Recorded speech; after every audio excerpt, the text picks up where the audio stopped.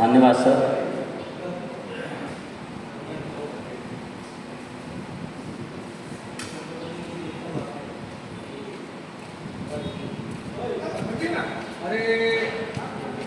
All India SC/ST railway employee association Badarpur branch के द्वारा जो ये प्रोग्राम किया जा रहा है काफ़ी लंबे तरीके से हो रहा है, और इस मंच पर मुझे बुला करके बाबा साहब भीमराव अम्बेडकर जी के जीवन परिचय और उनके कार्यों को ऊपर बोलने का जो मुझे शुभ अवसर मिला है, इसके लिए मैं सभी बदरपुर ब्रांच के साथियों से को धन्यवाद मैं अर्पित करता हूँ और आप सबको धन्यवाद करता हूँ।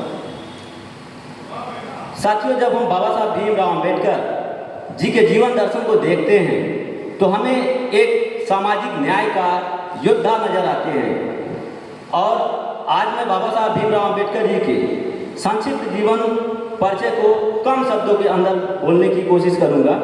कारण है यहाँ मंच पे बहुत से लोग उपस्थित हैं, सबकी अपनी अपनी बात रखने का मौका मिले, इसके लिए हम स्टार्ट करते हैं अपनी बात। साथियों, बाबा साहब भीमराव अम्बेडकर, इनका जन्म 14 अप्रैल 1891 ईस्वी को मध्य प्रदेश के महू प्रांत में हुआ था, जो कि इंदौर जिले के अंदर आता है।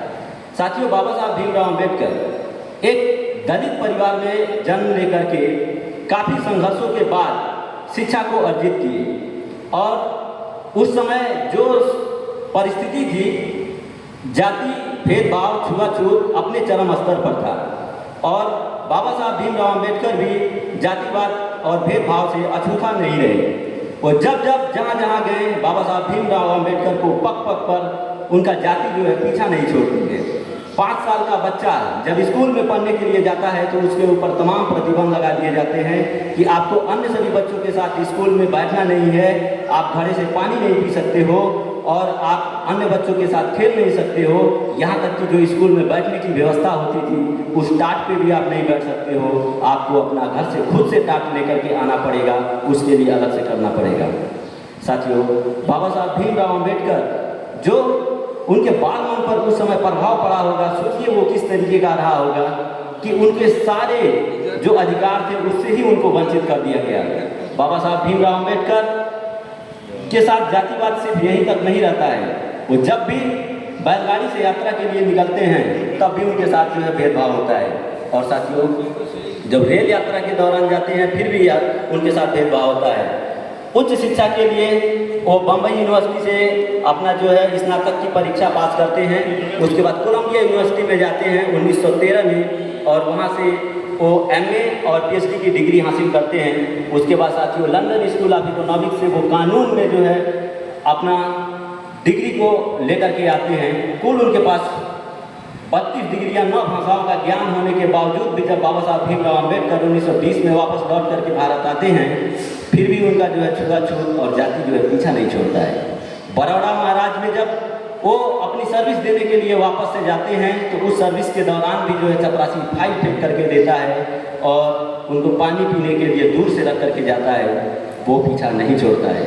बाबा साहब भीमराव अम्बेडकर बहुत ही पीड़ा भरे शब्दों में एक अखबार लिखने के लिए तैयार होते हैं, और उस अखबार का नाम होता है मूक नायक, और पहली बार शुरुआत करते हैं। और मूक नायक का मतलब होता है गूंगे बहरों की आवाज़, जिसकी आवाज़ नहीं सुनी जाती है।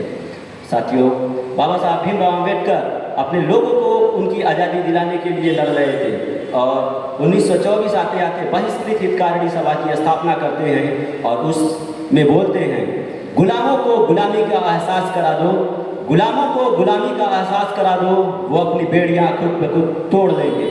और साथियों, उसके बाद बाबा साहब भीमराव अम्बेडकर उसी समय अपना प्रसिद्ध नारा देते हैं, शिक्षित बनो, संगठित रहो और मिलकर के संघर्ष करो। ये कार्रवाई यहीं पे रुकता नहीं है। बाबा साहब भीमराव अम्बेडकर इसके बाद अपने सामाजिक कार्यों में लगे रहते हैं, और 1927 का समय आता है, और सबसे पहले पानी पीने के लिए क्रांति करते हैं, और उस क्रांति का नाम होता है महार सत्याग्रह। महार सत्याग्रह चौलार तालाब से पानी पीने के लिए दलितों को एकजुट करते हैं, अछूतों को एकजुट करते हैं, और 15,000 लोगों का एक हुजूम, एक कारवां जो है पूरा चलता है बाबा साहब के साथ में, और वो जाकर के पानी पीते हैं।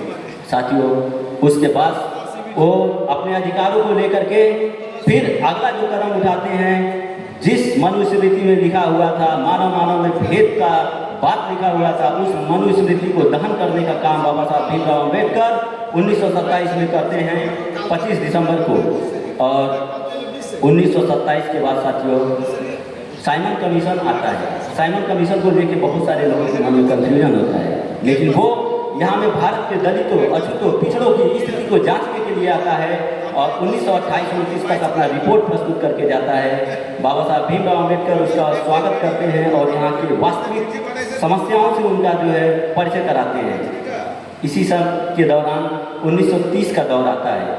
बाबा साहब भीमराव अम्बेडकर कालाराम मंदिर सत्याग्रह को लेकर के लोगों को एकजुट करते हैं और मंदिर प्रवेश की बात करते हैं और बोलते हैं कि मुझे मंदिर में सिर्फ इसलिए नहीं प्रवेश करना है कि हम सिर्फ देवताओं को पूजना है, ये हमें इसलिए मंदिर में प्रवेश करना है कि हम भी मानव हैं और मानव होने के नाते हमारा भी ये अधिकार है कि हम मंदिर में जाएं और सार्वजनिक स्थलों का प्रयोग करें। इसलिए बाबा साहब भीमराव अम्बेडकर काला मंदिर में प्रवेश के लिए पहुंचते हैं। वो दौर ऐसा दौर था कि उसी समय तीनों गोलमेज सम्मेलन हो रहे होते हैं, 1930, 31 और 32, और तीनों गोलमेज सम्मेलन में बाबा साहब भीमराव अम्बेडकर बढ़ चढ़ करके हिस्सा लेते हैं। ना सिर्फ हिस्सा लेते हैं बल्कि अपने दलित, पिछड़े और अछूत भाइयों के लिए जो है कम्युनल अवार्ड जीत करके आते हैं और इस कम्युनल अवार्ड को धाराशाही करने का काम महात्मा गांधी यरवला जेल के अंदर में अनशन शुरू करके करते हैं। और जिस तरीके से बाबा साहब भीमराव अम्बेडकर कम्युनल अवार्ड जीत करके आते हैं, उसी तरीके से उनके अवार्ड को जो है धाराशाही करने का पूरा काम जो है महात्मा गांधी पुनः पैक्ट के माध्यम से करते हैं। गांधी और बाबा साहब भीमराव अम्बेडकर के बीच में जो पूरा पैक्ट होता है, इससे जो दलितों को कम्युनल अवार्ड मिला था वो तो चला जाता है, लेकिन फिर भी बाबा साहब भीमराव अम्बेडकर अपने लोगों के लिए 148 सीटों को वापस लेकर के आते हैं। साथियों, ये कार्रवाई यहाँ पे रुकता नहीं है। आगे चल करके 1936 में बाबा Saheb Bhimrao Ambedkar independent labour party की स्थापना करते हैं। वो जाति पाति को तोड़ ताड़ करके एक मजदूरों का संगठन बनाते हैं और उस समय इस चीज़ से जो है प्रभावित होकर के जात पात तोड़क मंडल जो है बाबा साहब भीमराव अम्बेडकर को स्पीच देने के लिए बुलाता है। तो बाबा साहब को बोलते हैं सर कि पहले आप अपना स्पीच को दीजिए।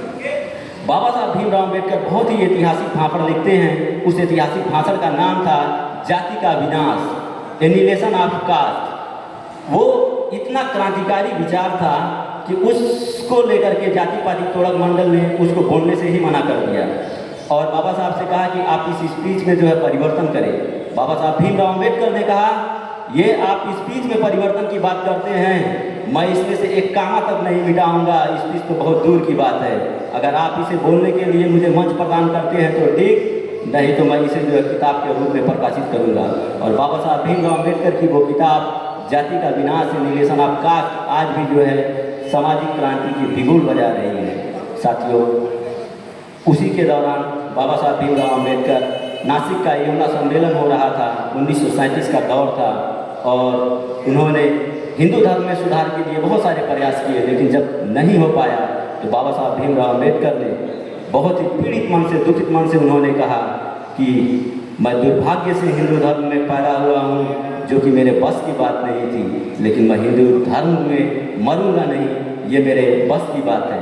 और साथियों, समय आता है 1956 और बाबा साहब भीमराव अम्बेडकर 21 सालों के बाद हिंदू धर्म में लगातार सुधार करने के बावजूद जब देखे कि हिंदू धर्म में किसी भी तरह का परिवर्तन नहीं हो रहा है, लोग अछूतों को, शूद्रों को अपना भाई मानने के लिए तैयार नहीं है, उनके हकों और अधिकार को देने के लिए तैयार नहीं है, तो बाबा साहब भीमराव अम्बेडकर टूट जाते हैं और अंत में जाकर के बौद्ध धर्म को ग्रहण कर लेते हैं और बोलते हैं, मैं एक ऐसे धर्म को मानता हूँ जो स्वतंत्रता, समानता, न्याय और बंधुत्व को देता है।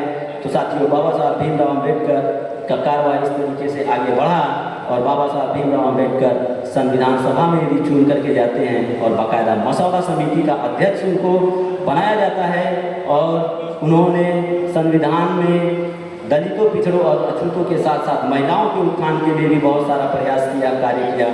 और महिलाओं के लिए उन्होंने एक और बहुत ही महत्वपूर्ण कार्य किया था, हिंदू कोड बिल, जिसमें उनको समानता का अधिकार, तलाक का अधिकार, संपत्ति में अधिकार, धन रखने का अधिकार, इस तरीके से बहुत सारे अधिकार को दिए।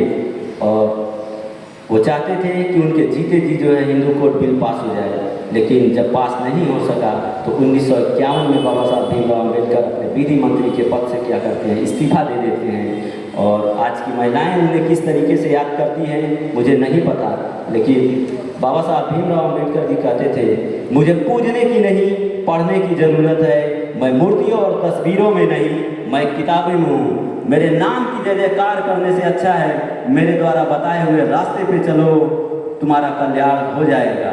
और साथियों कहते थे कि भगवान बुद्ध को मैं विष्णु का अवतार नहीं मानता। जो लोग कहते हैं कि भगवान बुद्ध विष्णु के अवतार थे, वो सरासर झूठ बोलते हैं, वो एक दुष्प्रचार करते हैं। और साथियों बोलते थे बाबा साहब भीमराव अम्बेडकर, शिक्षा शेरनी का दूध है, जो जितना पिएगा उतना दहाड़ेगा।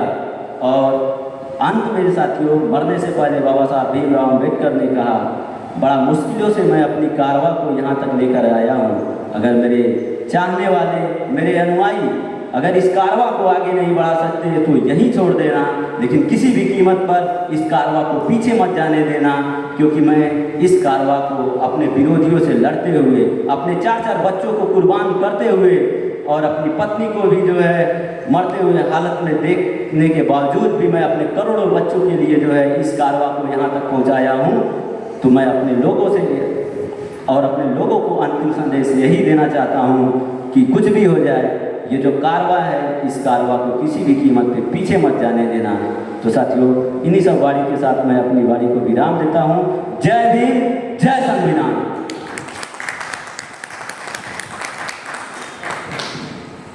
Many thanks, Mr. Deepak Paswan.